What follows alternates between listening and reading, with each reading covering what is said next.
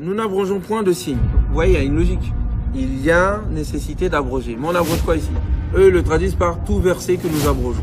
Aya veut dire signe, pas verset. Mais après, il faut regarder le siyaq, c'est-à-dire le contexte dans lequel le propos est en train de se tenir.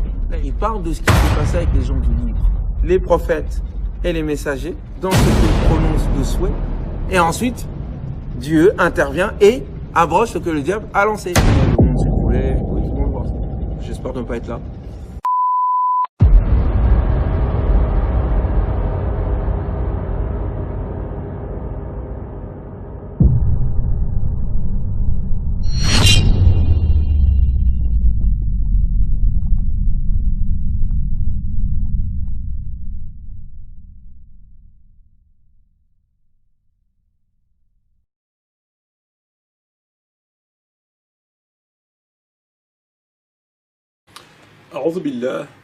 أعوذ بالله من الشيطان الرجيم بسم الله الرحمن الرحيم الحمد لله رب العالمين والصلاة والسلام على سيدنا محمد وعلى آله وصحبه أجمعين والسلام عليكم ورحمة الله وبركاته. Frères et sœurs, assalamu alaikum wa rahmatullahi wa barakatuhu. J'espère que vous allez tous et toutes bien. En cette journée, cette fin d'après-midi de ce jour de mardi 8 octobre, et il est précisément 17h36. Bonsoir ou bonjour, on est entre les deux là. Bonsoir ou bonjour à toutes les personnes n'étant pas de confession musulmane qui écoutent cette présente vidéo. Alors frères et sœurs, comme l'indique l'introduction de celle-ci, nous allons, Inch'Allah, nous intéresser à une vidéo réalisée et diffusée par le professeur, l'islamologue, le chef de projet, le peintre, le mujtahid Ousmane Timéra. Celui-ci a réalisé donc une vidéo qu'il a diffusée en date du 4 octobre cette même année, laquelle a pour titre « Abrogeant coranique ou cosmique ». Alors effectivement, le titre de cette vidéo m'a quelque peu interpellé parce que mon cerveau, en quelque sorte, il a bugué. Lorsque j'ai vu le titre « Abrogeant coranique ou cosmique », là, du coup, après coranique, j'ai perdu un petit peu l'équilibre et j'avoue que là, je ne savais plus si j'étais dans le Sahara ou à New York. J'étais quelque peu perdu. Parce que cosmique, moi, le mot cosmique, moi, quand j'entends le mot cosmique, déjà, j'ai l'impression qu'on se fout de moi. Alors lorsqu'on parle de cosmique en rapport avec l'islam, la science islamique, les abrogeons, etc., là je me dis, il faut que je reste quand même non loin de là où je dois rester finalement. Enfin, il faut que je ne m'approche pas trop de la fenêtre, voilà. Et donc j'ai écouté évidemment cette vidéo, évidemment je l'ai écoutée dans le meilleur des cas d'une oreille, dans le pire de la moitié d'une oreille, voire d'un tiers, pour ne pas dire un quart. Et j'avoue que c'est du lourd. Moi, lorsque je pense à Ousmane, déjà j'ai du mal à non pas à le situer, mais j'ai du mal à savoir comment je dois l'appeler, en fait. Est-ce que je dois l'appeler c'est quand même quelqu'un qui est... moi, ça me rappelle un petit peu le fameux hadith, sahih ou pas, je laisserai le soin à Ousmane de nous en dire davantage. Hein. Lorsqu'Ousmane est là, moi, je suis dans l'obligation de me taire. Ça me fait rappeler ce fameux hadith dans lequel Allah Azza wa Jal enverrait un homme tous les 100 ans pour revivifier sa religion. Dans le cadre d'Ousmane Timéra, forcément, il doit exister un hadith quelque part. Et s'il n'existe pas, moi je suis pas contre à ce qu'on l'invente, à ce qu'on l'écrive, à ce qu'on l'enseigne dans les écoles, que Dieu enverrait un homme tous les 1000 ans, et non pas tous les 100 ans. Plutôt les 100 ans, c'est les petits hommes, vous voyez, c'est comme Shafi'i, c'est comme Imam Malik, c'est comme Ibn Kathir, c'est comme tous ces gens-là. Pour eux, c'est tous les 100 ans. Mais pour les gens comme Ousmane Timéra, c'est tous les 1000 ans. 10 000 ans. Voilà, 10 000 ans. Pour être tout à fait sûr de ne pas tromper, Dieu enverrait un homme tous les 10 000 ans pour revérifier sa religion. Lui, c'est tous les 10 000 ans. Je veux dire, on n'a pas, enfin, c'est quand même pas n'importe qui, quoi. Je veux dire, lorsqu'on écoute, on entend ce qu'on entend, on ne peut penser que ce qu'on pense. D'où mon intervention. Je veux dire, cosmique, abrojo cosmique, moi, sincèrement, et je suppose que vous aussi, et je suppose que tous les savants aussi, je suppose, c'est des suppositions, hein, je ne suis je suis là pour supposer, face à Ousmane, je ne suis qu'un simple, comment on dit, suppositoire, supposateur, enfin quelque chose dans le genre là, peu importe, appelez-moi comme vous voulez, moi ça ne me dérange pas. Face à Ousmane Timéra, je suis qu'un simple rajoutez ce que vous voulez derrière, et c'est vrai que on est face à du lourd, on est vraiment face à du lourd. Hein. En même temps, pour passer de la peinture, CPA de peinture, chef de projet, à islamologue, professeur cosmique, etc., bon, c'est aussi pas donné à tout le monde.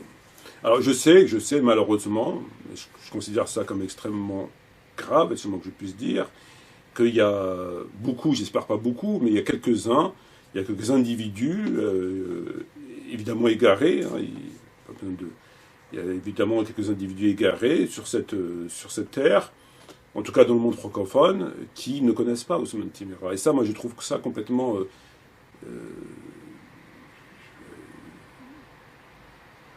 inhumain. Ouais. Inhumain. Je voulais dire inadmissible, mais non. Inadmissible, non. Inhumain. Je trouve ça inhumain que des gens ne connaissent pas Ousmane Timéra, et c'est pourquoi que je vous propose cet extrait, afin de savoir, justement, de qui parle-t-on, précisément. En tant que peintre, les gens me disaient dans ma boîte, mais qu'est-ce que tu fais là? Parce que juste, ils m'entendaient comment je parlais et ce que je lisais comme livre. Bon, ils se disaient, mais tu devrais être président du Sénégal.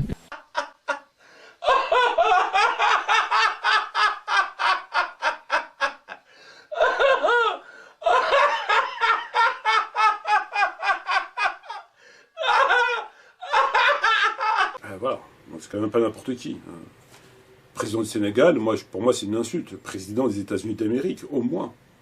Président du Sénégal, c'est rien. Président du Sénégal, il fait rien, président du Sénégal. Au moins, président des États-Unis d'Amérique et États-Unis des autres États-Unis. S'il y a la possibilité d'unir encore d'autres États, au moins. Voilà. Alors, Ousmane Timéra nous a fait une vidéo, donc celle que j'ai citée, dans laquelle il dit ce qu'il dit, il dit ce qui lui passe par la tête, pour faire court. Et j'ai retenu 2 éléments. Donc, le sujet principal de cette vidéo tourne autour du mot « aya ». Ayat, en rapport avec le Coran Karim. Et en écoutant cette vidéo, je suis tombé sur un autre un truc qu'il a dit. Donc je me dis, tiens, bon, comme la vidéo va être relativement courte, on va le mettre, histoire de faire savoir ce qu'il y a à savoir. Hein.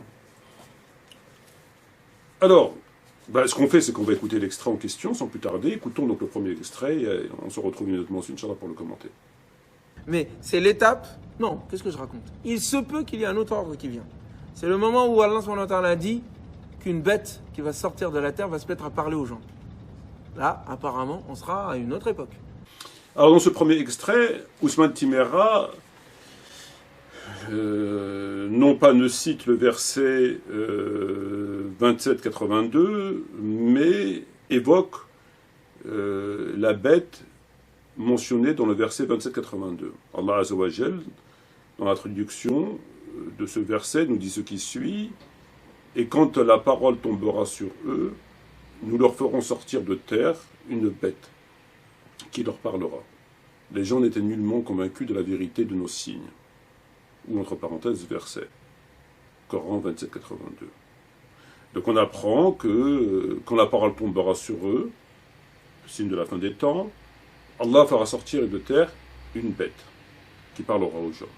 Et donc Ousmane nous dit ici, comme nous l'avons bien entendu, que Allah fera sortir de terre une bête, conformément à ce qui est écrit dans le Coran. Alors moi je suis quelque peu, un tout petit peu, vraiment tout petit peu, mais vraiment tout petit peu étonné que quelqu'un qui lit autant que Ousmane, qui est comme professeur, islamologue, chef de projet, qui mange Coran, qui dort Coran, qui boit Coran, qui ronfle Coran, qui Coran, et tout ça, ne sait pas cette chose pour le moins élémentaire, en tout cas pour des gens qui se veulent être étudiants et par conséquent prédicateurs. Car je sais que c'est une chose qui est ignorée, je pense pour la totalité. Un peu moins maintenant, parce qu'on l'a déjà évoqué, des prédicateurs, en tout cas francophones, qui ne sont ni plus ni moins que des clowns. Enfin, je parle de France, c'est que des clowns. Et encore clown, c'est une insulte pour le clown, parce que le clown joue un rôle, il fait rire au moins les enfants. Bon. Ad-Dabba. Ce verset traduit, on fera sortir de terre une bête. Et Ousmane reprend à son compte bête, une bête. Dans la langue française, et j'apprends rien à personne, le mot bête renvoie à tout, en tout cas à ce qui n'est pas être humain. Un être humain, un homme, une femme, un enfant, masculin, féminin, voire ni l'un ni l'autre entre les deux, comme vous voulez, ou tous les deux, ce qu'on appelle des 4x4. On n'appelle pas ça Dabba. Vous dites pas sur un être humain Dabba. Vous dites pas un être humain, c'est une bête. Ça n'existe pas. Fait l'oral arabiya, pour ceux qui connaissent un petit peu, le terme Dabba, Ad-Dabba, regroupe tout le genre, tout ce qu'il y a sur terre comme animal et humain. Dans le Coran, dans le dictionnaire coranique, donc entre autres vous avez Tahqiq fi Kalimat al-Qur'an al-Karim, qui fait 14 volumes, c'est très imposant, très intéressant à la fois, puisqu'il a pour vocation, comme d'autres Corans, de reprendre les termes coraniques et d'expliquer leur sens, etc. etc. C'est indispensable pour ceux qui veulent apprendre le langage coranique.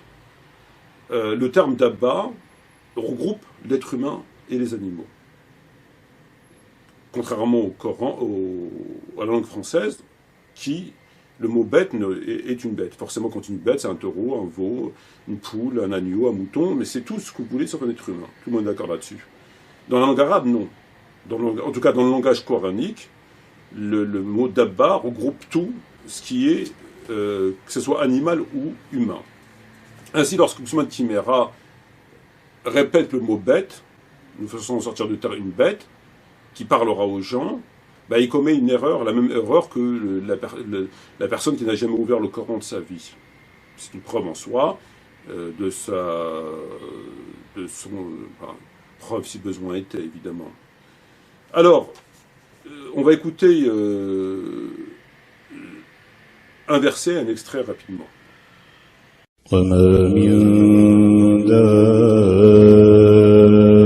دابة في الأرض إلا على الله رزقها ويعلم مستقرها ومستودعها كل في كتاب مبين.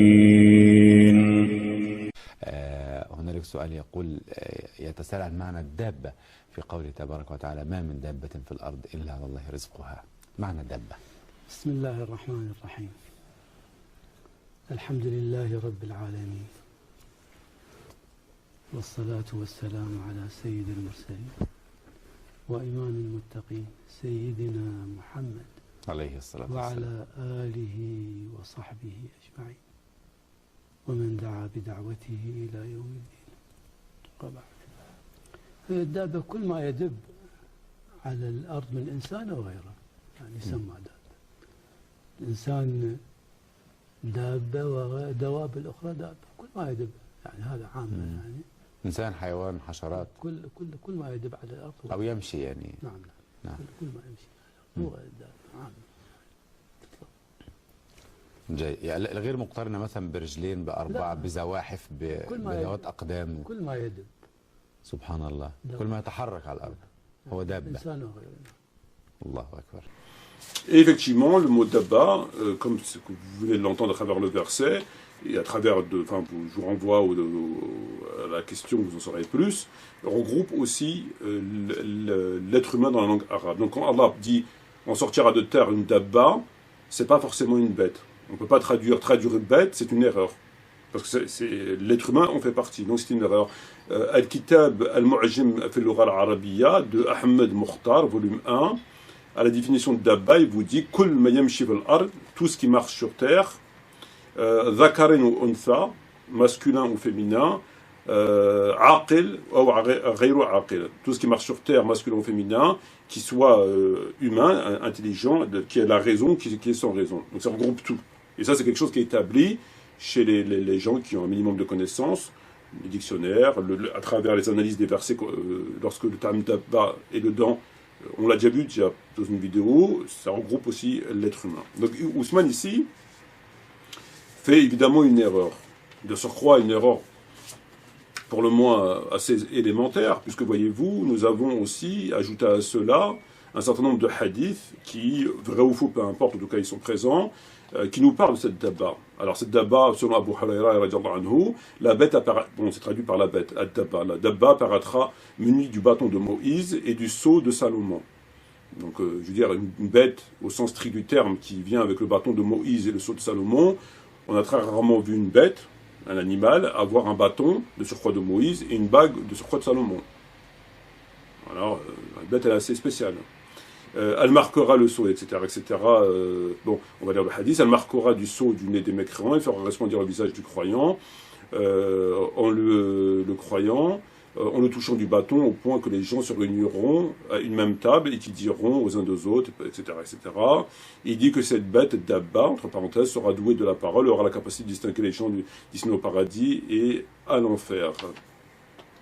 Certains hommes tenteront d'y échapper en se mettant à prier, mais elle les surprendra par derrière et leur dira « Oh, un tel, c'est maintenant que tu pries ». Donc c'est spécial quand même, c'est une bête assez spéciale, une bête qui parle, une bête qui fait des remontrances, une bête qui a un bâton, une bête qui a une bague. Bon. Donc tout cela, à travers les hadiths et à travers la définition du mot « dabba », à travers ce que les savants disent sur ce terme-là, etc., on ne peut pas traduire par bête. La traduction, on sortira de terre une bête, au sens français du terme, donc forcément un animal, en tout cas pas un être humain, est une erreur. Dabba comprend aussi ce que je viens de dire. Premier point. Deuxième point, nous allons donc, le sujet principal, le mot ayah, très intéressant. Et avant, évidemment, pour ceux qui nous rejoignent en pleine émission, nous allons présenter donc la personne concernée, le principal concerné de cette vidéo, donc Ousmane Timéra, de savoir de qui parle-t-on précisément. Orienté certes, mais à côté de ça, en fait, je lisais tout le temps. J'étais le mec à la Goutte d'Or, parce que j'ai grandi à la Goutte d'Or, ouais. Dans le 18e arrondissement. J'étais le mec qui jouait au foot avec un livre. Ah oui.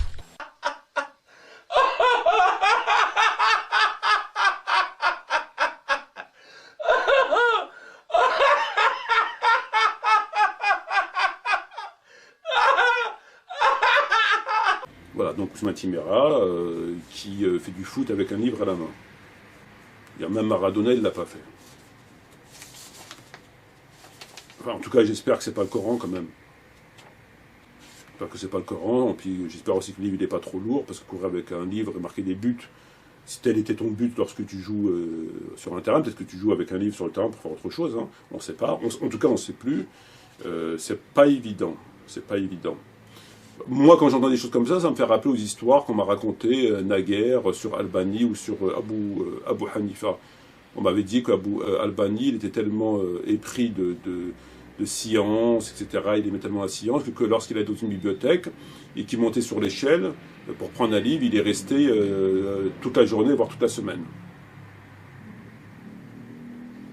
On m'a appris qu'Abu Hanifa, il aimait tellement lire que lorsqu'il lisait un livre, il mettait sa main sur la page gauche pour lire celle de droite, de peur qu'ils lisent les deux en même temps. Ben, on a aussi Timéra aussi, que lorsqu'il joue, il aime tellement la lecture que lorsqu'il joue au foot, il joue avec un livre. Que fait l'arbitre? Normalement, c'est interdit.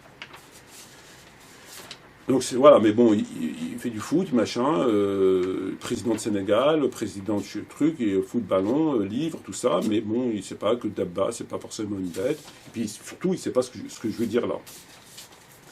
C'est quand même très intéressant. Alors, j'avais déjà évoqué dans le passé une intervention, entre autres, intervention de Ousmane. Enfin, Ousmane, j'aime pas trop, moi, ça me gêne d'appeler des gens comme ça illustres. Bon, on appelle le prophète Mohammed, d'accord, Moussa, Moïse, Issa, Jésus, Omar ibn Khattab, Ali, bon, tout ça, ok, mais quand je parle d'Ousmane, c'est quand même, bon, je sais pas si, il faut quand même l'appeler autrement, parce que Ousmane, pour un savant, ça fait pas très sérieux, quoi, je veux dire, professeur, docteur, islamologue, à la limite, mais Ousmane, ça fait pas très sérieux.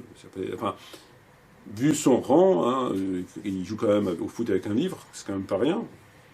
Est-ce qu'il va jouer demain au tennis avec un livre, faire la plongée sous-marine avec des livres, c'est comme Valérie à la campagne, Valérie à la montagne, Valérie, Ousmane avec un livre, machin. Bon.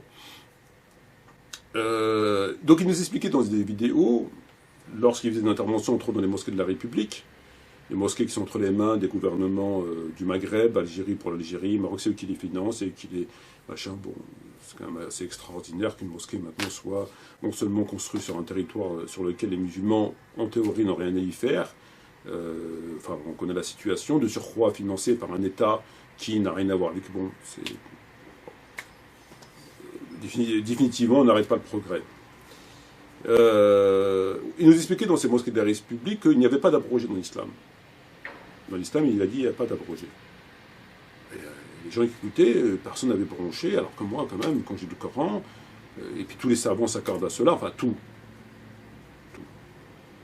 Moi, je ne suis pas comme Karim al-Hanifi, je ne connais pas le patrimoine de l'islam. Parce que pour dire tout, il faut connaître le patrimoine de l'islam. Et Karim al-Hanifi parle, lui, de patrimoine de l'islam. Patrimoine de l'islam, ça part d'un point A à un point B. Le patrimoine. Et comme moi je ne connais pas le patrimoine de l'islam, je ne peux pas dire tout. Parce qu'il se peut qu'il y ait un savant, entre telle et telle époque, entre tel et tel village, entre telle et telle montagne, entre telle et telle mosquée, a écrit un livre qui se trouverait aujourd'hui entre tel et tel truc, entre tel et truc, et qu'on n'a pas lu, et que lui dirait peut-être que. On ne sait pas, soyons prudents. Alors moi, lorsque je lisais le Coran, Allah dans le Coran, dans la sourate 2, verset 106, il dit ما ننسخ من آيات وننسها نؤتي بخير منها أو مثلها ألم تعلموا إن الله على كل شيء قدير ألم ننسخ من آيات وننسها نؤتي بخير منها أو مثلها ألم تعلموا إن الله على كل شيء قدير. Lorsque nous abrogeons un verset, nous faisons tomber dans l'oubli, nous apportons un meilleur.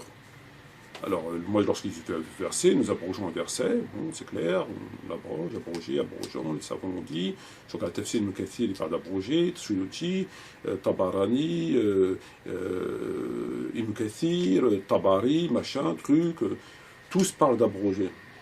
Aucun d'entre eux n'est venu, n'a dit, enfin, aucun d'entre eux, encore une fois, soyons prudents, ne parle autre chose que d'abroger. Ils expliquent que c'est des abrogés, etc., il y a des livres, et bon, très bien. Mais Ousmane dit, non, les gars, arrêtez, non.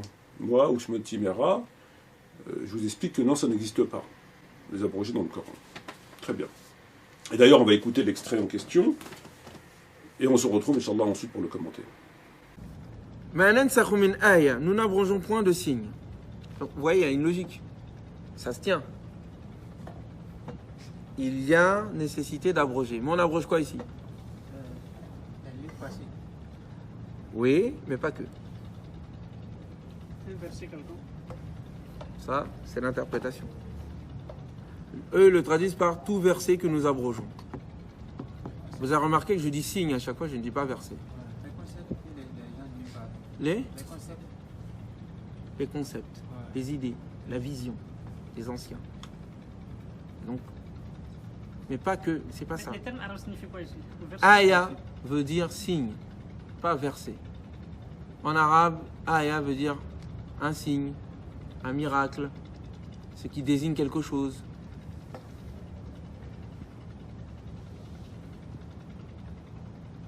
Et dans le Coran, aya signifie aussi bien les signes du Coran que les signes de la création, que les signes de l'histoire. C'est pas les lois, c'est les signes. Sunan, c'est les lois. Aya, c'est signe, c'est miracle, c'est argument aussi. Le verset, c'est quoi maintenant? Le mot verset vient de la Bible. C'est une terminologie chrétienne. Les différents compartiments de leur chapitre, voilà, ils appellent ça verset, une versification. En arabe, comment on appelle les différents chapitres? Comment on les appelle en arabe? Pour le Coran, il y a un terme, c'est aya. Le reste, je ne sais pas. Dans la poésie, on dit bayt. Aya, c'est signe. C'est miracle. C'est argument aussi. Le verset, c'est quoi maintenant? Le mot verset vient de la Bible. C'est une terminologie chrétienne.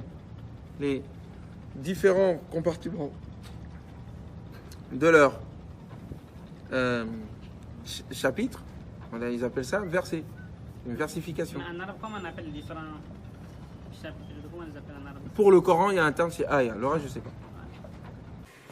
Voilà, donc il n'y a pas d'abrogé dans le Coran. Ousmane, tu me diras, Ousmane Timéra, ouais, j'ai un peu de mal à... Ousmane Timéra nous dit que le mot verset vient de la Bible, des chrétiens, des Indiens, des cow-boys, tout ça, et que nous, dans l'islam, il n'y a pas de verset. Le mot aya veut dire signe, miracle, tout ça, là-bas, plus loin, mais il n'y a pas d'abrogé dans le Coran.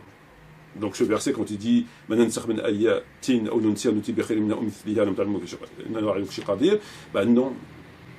c'est pas, ici, c'est pas « lorsqu'on abrogeons un verset, lorsqu'on abrogeons un signe, voyons.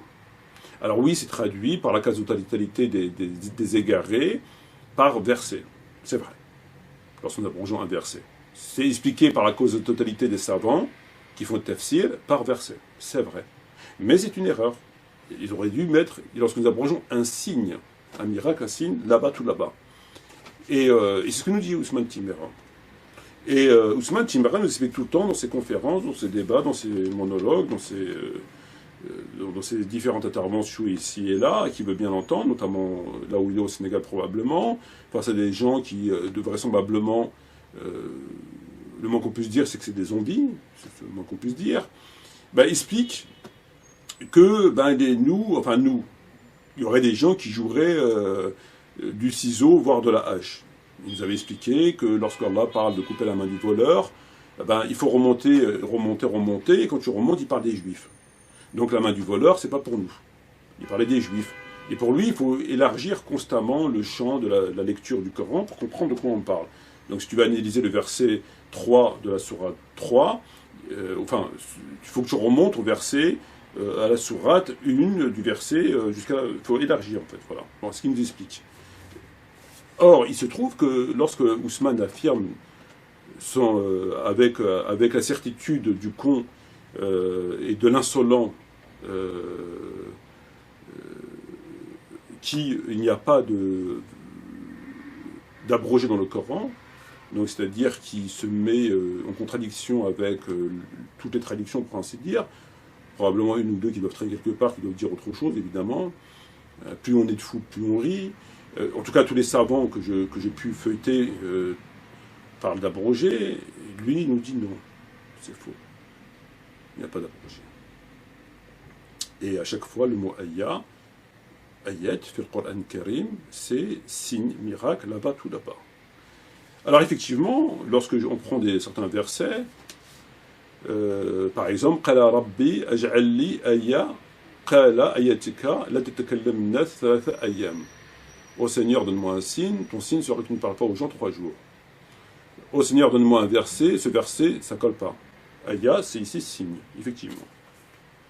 Ousmane, il a raison. Lorsqu'il parle d'Allah Azza wa Jalla dans le Coran, il dit Inna fi khalqi samawati wal ard wa ikhtilaf al-layli wan nahar wa fulki allati tajri fi al-bahri bima nafa'a lin-nas wa ma anzala Allah min as-sama'i ma'an fahayna bi al-arda ba'da mawtiha wa batha fiha min kulli dabbatin dabba wa tasrif ar-rih wa sahab wa ma sakhkhara bayna as-sama' wal-ard li-ayati liqawmin ya'qilun. Li-ayat liqawmin ya'qilun. Ce sont des signes. Ici, c'est effectivement signe. Parmi le jour et la nuit, etc., tout ce que je viens de citer, tout ça, c'est des signes pour les gens qui se souviennent. Donc là, il a raison. Wa ayat lahum layli naslakh minhu anhar. Et parmi les signes, la nuit, qui efface le jour. Ce sont des signes, mais non pas des versets. Jusque-là, Timéra, Eddie Murphy pour les intimes, a raison. Or, il se trouve que lorsqu'on va, je vous invite à le faire, à la sourate 3, verset 7, 3, 7, Allah dit, et c'est lui qui a fait descendre sur toi le livre.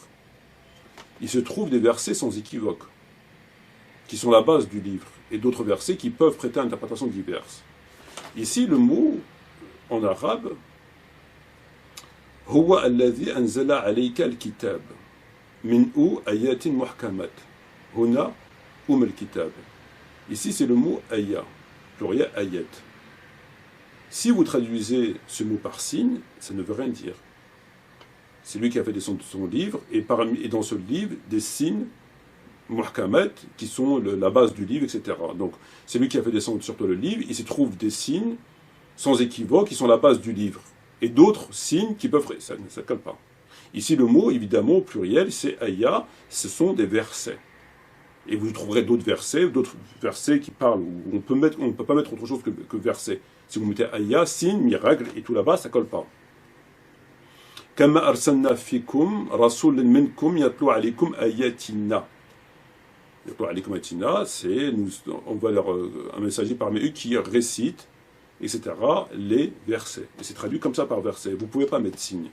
Donc lorsque Ousmane, le peintre, vient nous expliquer et balayer toutes les traductions, pour ainsi dire, à part une ou deux qui doivent traîner quelque part là-bas, et qui vient balayer la quasi-totalité des savants, pour ne pas dire tous les savants, mais restons prudents, qui, eux, parlent d'abroger, n'ont pas de signe, et que dans le Coran, lorsque vous faites un regroupement, puis une analyse, vous verrez que le mot « aya » veut dire effectivement parfois signe, parfois miracle, et parfois verset, comme celui du 106.2, 206, et celui-ci, 3.7, qui est tafsir, etc., bon, et ben là, je veux dire, effectivement, il y a de quoi...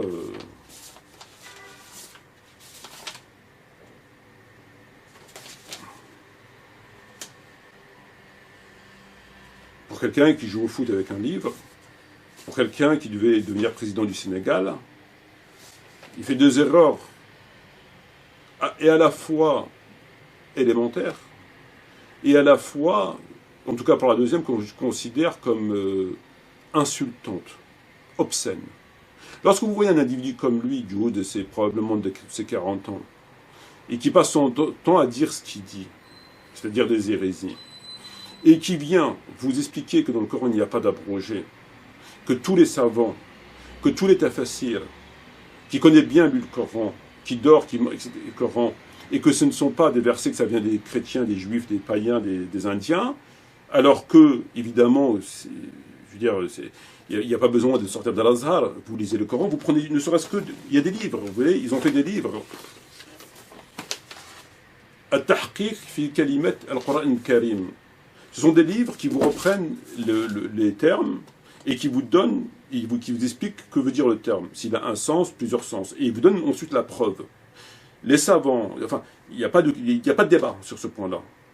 Et s'il peut, lui, nous expliquer dans ces versets, si on met signe, est-ce que ça marche, peut-être que avec lui, ça marchera. Puisqu'il fait des choses extraordinaires. Il court il fait du foot avec un livre, donc il peut nous expliquer, finalement, ce que c'est possible. Bon, bref de plaisanterie. Je trouve ça obscène, surtout les gens qui ne réagissent pas. Alors il leur dit tout, n'importe quoi, mais les gens, évidemment, ils n'ont pas de réaction. Donc Dabba, c'est une erreur que traduire par bête, même si elle sortira de terre, pour deux raisons. Dans la langue arabe, ça comprend l'être humain, et le hadith parle d'un bâton, etc. C'est une erreur de traduction et une erreur de sa part. On ne dit pas bête, on dit Dabba, on ne sait pas ce que c'est. Ou alors, il faut nous expliquer. Et alors, surtout, qu'il nous dit qu'Aya ne veut en aucun cas dire verset, ça vient des juifs, des chrétiens, des indiens, mais veut dire signe. C'est une erreur, c'est du factuel. Enfin, je veux dire, c'est un truc, t'apprends ça comme t'apprends. Voilà. Voilà à qui on a affaire. On peut remercier les gens qui se rendent complices de ces imposteurs par le fait qu'ils n'ont aucune réaction sur ce que nous disons. Assalamu alaikum wa rahmatullahi wa barakatuh. Un peu mal, là.